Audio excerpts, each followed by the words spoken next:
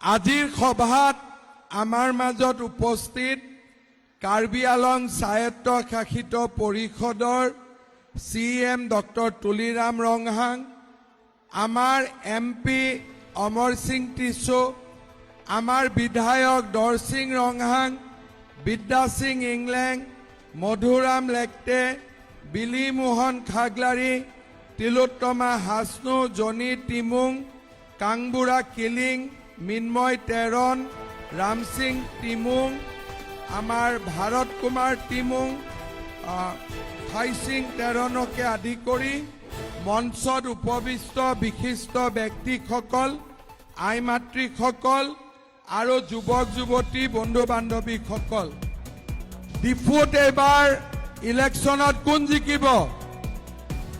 কোন জিকিব? নিশু টেৰাংপি জিকিব নে নিজিকিব? 100% জিকিব? পাক্কা জিকিব? তেতিয়ালে মোৰ লগত ডাঙৰ কৰি কব, ভাৰত মাতা কি, ভাৰত মাতা কি, নৰেন্দ্ৰ মোদী, নিশু টেৰাংপি, নিশু টেৰাংপি। বহুত বহুত ধন্যবাদ। পোনপ্ৰথমে মই সকলো ৰাইজকে কাৰ্ডম জনাইছো, শুভেচ্ছা জনাইছো, নমস্কাৰ জনাইছো, প্ৰণাম জনাইছো।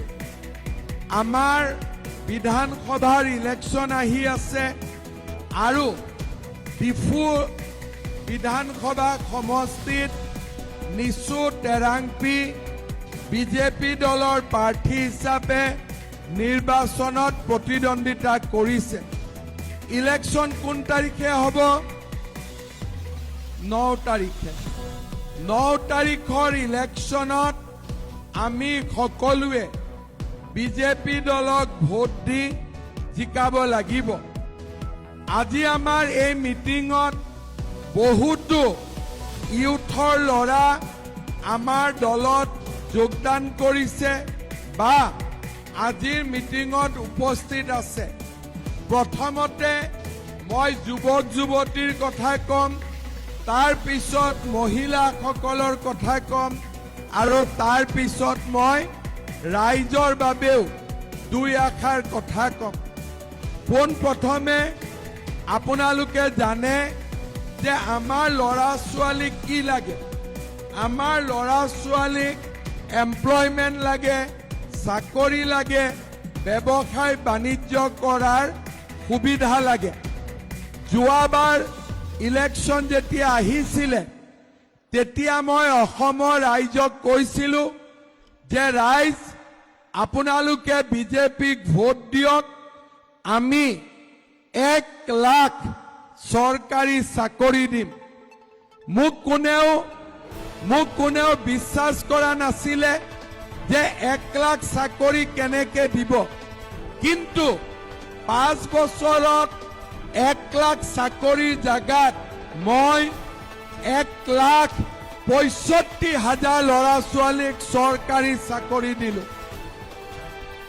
আজি এই বকলিয়াৰ মিটিঙত মই ৰাইজক এটা প্ৰতিশ্ৰুতি দিব খুজিছো, এইবাৰ যদি বিজেপিৰ চৰকাৰ আহে, মই অসমত পুলিচত শিক্ষকক, 3rd grade 4th grade doctor engineer সকলো মিলাই এইবাৰ মই 2 লাখ চৰকাৰী চাকৰি দিম।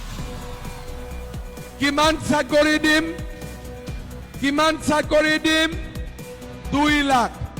আৰু মোক এতিয়া ল'ৰা ছোৱালীয়ে সুধি আছে কামাণ্ডোৰ পোষ্ট বঢ়াওক, পুলিচৰ পোষ্ট বঢ়াওক।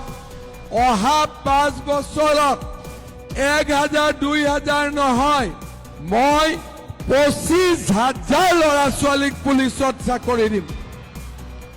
কিমানত দিম পুলিচত? 25,000। শিক্ষকত কিমান দিম? 75,000 শিক্ষক আৰু পুলিচত চাকৰি দিম 25,000। ল'ৰা ছোৱালীয়ে কৈ থাকে কামাণ্ডো কামাণ্ডো, 2টা নতুন কামাণ্ডো বেটেলিয়ন কৰিম আৰু আমাৰ ল'ৰা ছোৱালীয়ে চৰকাৰী চাকৰি পাব, দেউতাক মাকে আনন্দ পাব। আজি আপোনালোকে কওক, মামাই যদি কৰিম বুলি কয় কৰে নে নাই? মামাই যদি দিম বুলি কয় দিয়ে নে নিদিয়ে? তাৰ মানে আজি 2 লাখ চাকৰি পাক্কা হৈ গ'ল, হয়নে? এতিয়া মই কাৰ্বি আলং কাউন্সিলক অনুৰোধ কৰিম, আমাৰ ল'ৰা ছোৱালীয়ে যাতে কামাণ্ডো সোমাব পাৰে, পুলিচত সোমাব পাৰে, তাৰ কাৰণে আমাৰ প্ৰত্যেকটো MSC সমষ্টিতে আমি এটা ট্ৰেইনিং চেণ্টাৰ খুলিব লাগে, যাতে আমাৰ ল'ৰা ছোৱালীয়ে দৌৰিবৰ কাৰণে শিকে, জাম্প মাৰিব শিকে, আৰু সৰু সৰু যি প্ৰশ্ন আহিব তাৰ উত্তৰ দিব শিকে। আপোনালোকে চাব, 2 লাখ চাকৰি ভাল কৰি যদি আমি ট্ৰাই কৰোঁ, আমি কাৰ্বি আলঙতে 20,000 চাকৰি আমি ৰাখি দিব পাৰিম, 20,000 চাকৰি আমি কাৰ্বি আলঙতে ৰাখি দিব পাৰিম। শ্ৰদ্ধা ৰাইজ, মাত্ৰ নিচু টেৰাংপিক জিকাব লাগিব। জিকাব নে নিজিকাব? জিকাব নে নিজিকাব? এতিয়া কেইদিনমান আগতে মই ডিফুত আহিছিলো আৰু আমাৰ মহিলাসকলক 10,000কৈ টকা দিছিলো। কোনে কোনে 10,000 পাইছিল হাত দাঙকচোন। বাপৰে, 10,000ৰ লগত 9,000টো আকৌ কোনে কোনে পাইছিলে? বঢ়িয়া, 10,000ও পালে, 9,000ও পালে, হয় নে নহয়? সঁচাই পালে নে? বেংকত চেক ভাঙিলে নে নাই ভাঙা?